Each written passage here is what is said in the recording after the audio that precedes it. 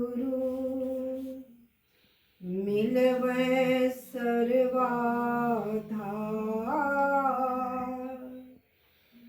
मंगलमय मंगल करन विनबो बारंबार। धन्य धन्य सद्गुरु सुखद महिमा कही न जाए। जो कुछ कहो तुम्हारी कृपा मोते कछु न बसा। महाराज सद्गुरु है राजन को राजा है जिनकी कृपा से सरे सर्वे काजा।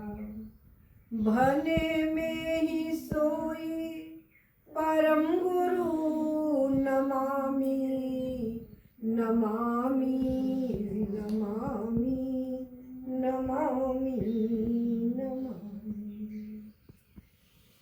परम आदरणीय प्रियजनों, हमारी प्यारी बहनों और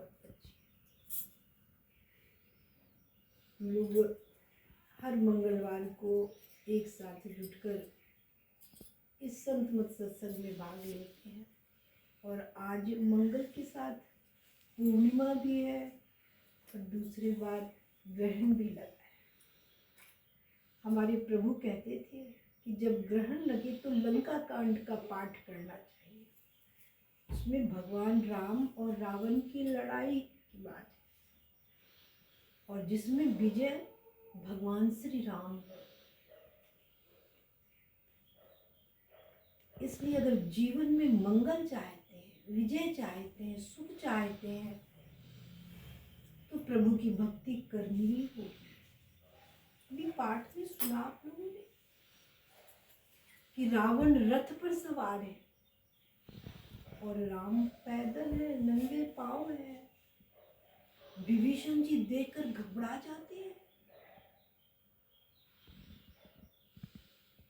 कि ये बलशाली रावण रथ पर है और प्रभु जमीन पर नंगे पांव कैसे विजय प्राप्त करेंगे, कैसे बलशाली रावण का वध करेंगे।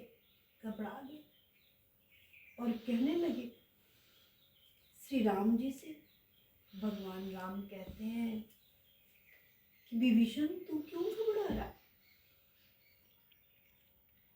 जिस रथ पर बैठकर विजय प्राप्त होती है वो रथ तो दूसरा ही होता है। भक्तों, अगर हम आप भी अपने जीवन रूपी संग्राम में विजय पाना चाहते हैं तो ये प्रभु की सीख अपनानी होगी। सुनहु सखा सो स्यंदन आना। हे सखा, विभीषण को कह रहे हैं, हे सखाए मित्र, जिस रथ पर बैठकर युद्ध करने से विजय प्राप्त होती है वो रथ कौन सा है? पूरा वर्णन दिया पाठ में, आप लोगों ने सुना। मैं एक दो पंक्ति पर केवल प्रकाश डालूंगी। कहते हैं ईश भजन सारथी सुजाना। जो अपने जीवन को अपने प्रभु के हाथों में सौंप देता है, सदा उसकी विजय। जैसे ये हमारा आपका शरीर है ना, ये एक रथ है। इसमें 14 इंद्रियां घोड़े की तरह है और जीवात्मा इस पर सवार है।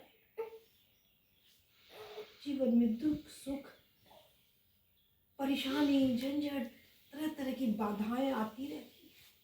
अगर इससे बचना चाहते हैं तो सारथी मजबूत होना चाहिए।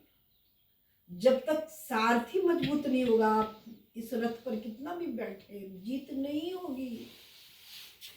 याद है ना महाभारत का वो प्रसंग, जब कौरव पांडव में युद्ध की बात निश्चित हो गई तो तो दोनों भगवान श्री कृष्ण के पास मदद मांगने के लिए गए। भगवान पलंग पर एक चादर ओढ़कर लेटे थे। सिरहाने उन्होंने एक कुर्सी रखवा दी थी। बलराम जी ने कहा था, देखो युद्ध निश्चित हो गया, तुमसे मदद मांगने आएंगे, लेकिन तुम किसी को मदद मत देना। तभी दुर्योधन आता है